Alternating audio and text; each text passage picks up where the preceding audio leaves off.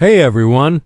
Today, we're going to explore one of the darkest and most shocking sides of history. We're talking about what Roman soldiers really did to captured queens.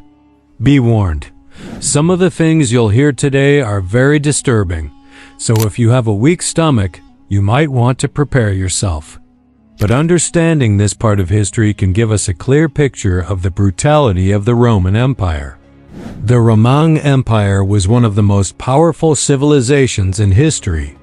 At its peak, it stretched across Europe, the Middle East, and North Africa. Roman soldiers were trained warriors who fought in disciplined armies. Their power was unmatched, and their influence was feared by everyone. But with great power came great brutality. When Rome conquered new lands, they didn't just take the land, they took people too. Among these people were kings, queens, and other important leaders.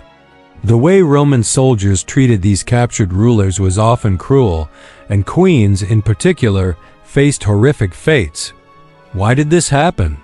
Roman society valued power, dominance, and public display. Captured leaders, especially women in power, were seen as symbols.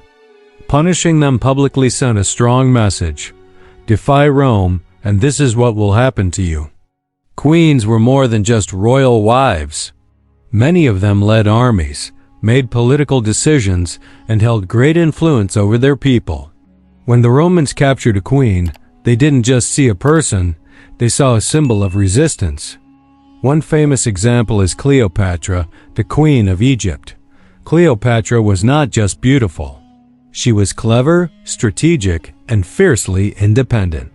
She aligned with Julius Caesar and later Mark Antony to try to protect Egypt from Rome. But when her power threatened Roman control, she faced unimaginable pressure and danger. While Cleopatra's death might not have been directly caused by soldiers in the same brutal way as others, her story represents the fate of queens who opposed Rome. Other captured queens were not so fortunate. Roman soldiers sometimes humiliated them in front of crowds to show everyone who held the real power. This humiliation could include public parading, forced servitude, or worse. One of the cruelest things Roman soldiers did was to parade captured queens in public. Imagine being a powerful queen, used to leading armies and making decisions, and then being dragged through the streets while the citizens jeered. This was meant to humiliate the queen and reinforce Rome's dominance. But humiliation was not the only thing. Roman soldiers sometimes tortured captives to extract information or simply to display their power. Queens, seen as dangerous leaders, could be forced to watch their allies suffer or even endure pain themselves. The Romans believed that fear was a powerful tool. By making examples of queens, they sent a clear warning. No one could resist Rome without facing consequences. History gives us several chilling examples of what Roman soldiers did to captured queens. Boudica of the Iceni. Boudica was the queen of a Celtic tribe in Britain. She led a massive revolt against Roman occupation. The Romans crushed her rebellion. While her exact fate is debated, historical accounts suggest she either died by suicide to avoid capture or was hunted down. Her daughters, however, were reportedly captured. While Boudica herself may not have suffered the worst, the Romans made sure her family faced humiliation and danger. Cornelia, wife of Pompey the Great. During Rome's civil wars, many women of political families were captured. Cornelia faced public scrutiny and pressure because of her husband's rebellion against Julius Caesar. While not all queens were tortured physically, the psychological pressure and public humiliation were intense.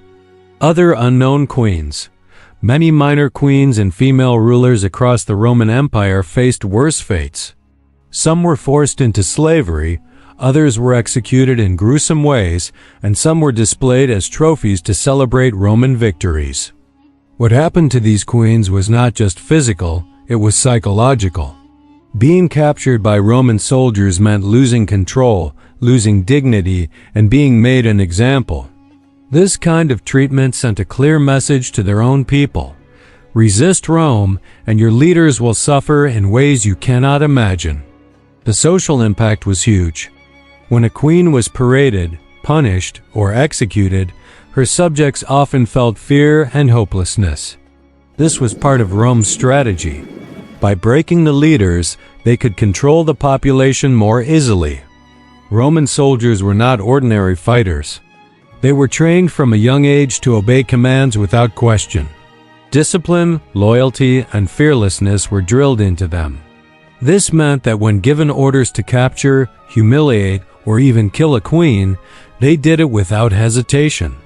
The fate of captured queens also played out in Rome's public rituals of victory, where humiliation became theater. Triumphs were designed not just to celebrate conquest, but to rewrite power itself. Captured royal women were sometimes forced to walk in chains through Roman streets, dressed in symbols of their former status, while crowds jeered. This wasn't random cruelty, it was calculated spectacle. Rome wanted everyone watching to understand that even sacred bloodlines and divinely sanctioned rulers meant nothing before imperial authority. A queen reduced to silence in front of cheering citizens was a living warning that resistance did not end on the battlefield. It followed you into history. One chilling example is Zenobia of Palmyra, a queen who dared to challenge Roman dominance in the East during the 3rd century. Brilliant, educated, and fiercely independent, she ruled a powerful empire before being defeated by Emperor Aurelian. Ancient sources disagree on her ultimate fate, but many accounts describe her being paraded in golden chains during Aurelian's triumph alive, yet stripped of power, identity, and command. Whether she later lived in forced comfort or died quietly is almost irrelevant. Rome had already won the psychological war. Zenobia was transformed from a feared rival into a symbol of Roman supremacy, her very survival used as a reminder that Rome controlled not just life and death, but legacy. What made this system so effective was its consistency. Roman soldiers, governors, and emperors understood that terror didn't need to be constant, it only needed to be memorable. By targeting queens and noble women, Rome struck at the heart of cultural identity, lineage, and morale. These women were more than individuals. They represented nations, gods, and ancestral pride. When they were broken, displayed, or erased, entire peoples felt the weight of Rome's dominance. Long after the legions marched on, the memory of what happened to their queens lingered, and that lingering fear often succeeded where swords alone could not. Roman military training also included lessons in public spectacles. Soldiers learned to display power in ways that terrified enemies. So, the brutal treatment of queens was not random, it was part of a system designed to intimidate and control. You might wonder why queens, in particular, were treated so harshly. The answer is simple. They represented power. A queen could inspire rebellion or lead armies. By capturing her, Roman soldiers not only removed a threat but also sent a message to other rulers. Men in power could sometimes be spared if they surrendered and submitted. Queens, however, were often seen as more dangerous. Their presence symbolized hope, and hope was dangerous to Rome. Removing or humiliating a queen crushed that hope. Some accounts suggest that Roman soldiers did horrifying things to captured queens. While the details can be graphic, they are part of historical records. Queens were sometimes stripped of their royal status publicly, dressed in humiliating garments, or forced to serve as slaves.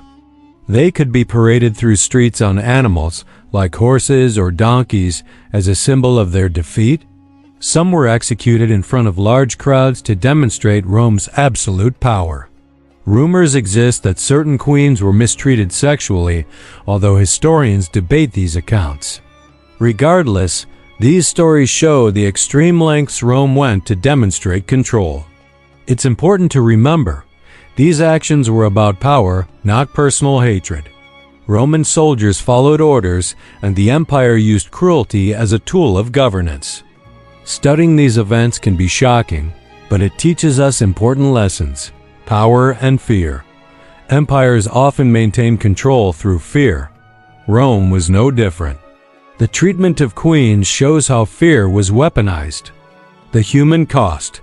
Behind every historical victory are real people who suffered. Captured queens remind us that history is not just dates and battles, it's lives, families, and emotions.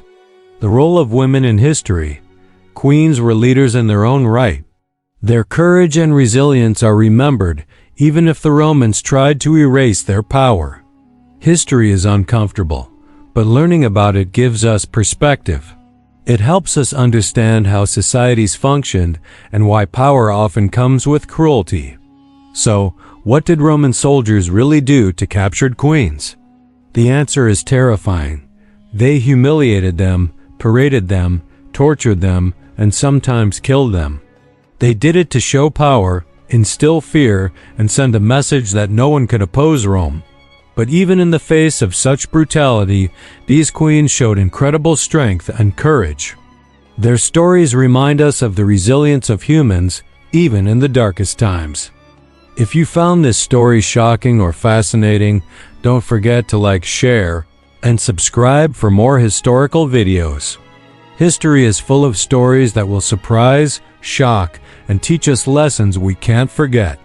Thanks for watching today's video.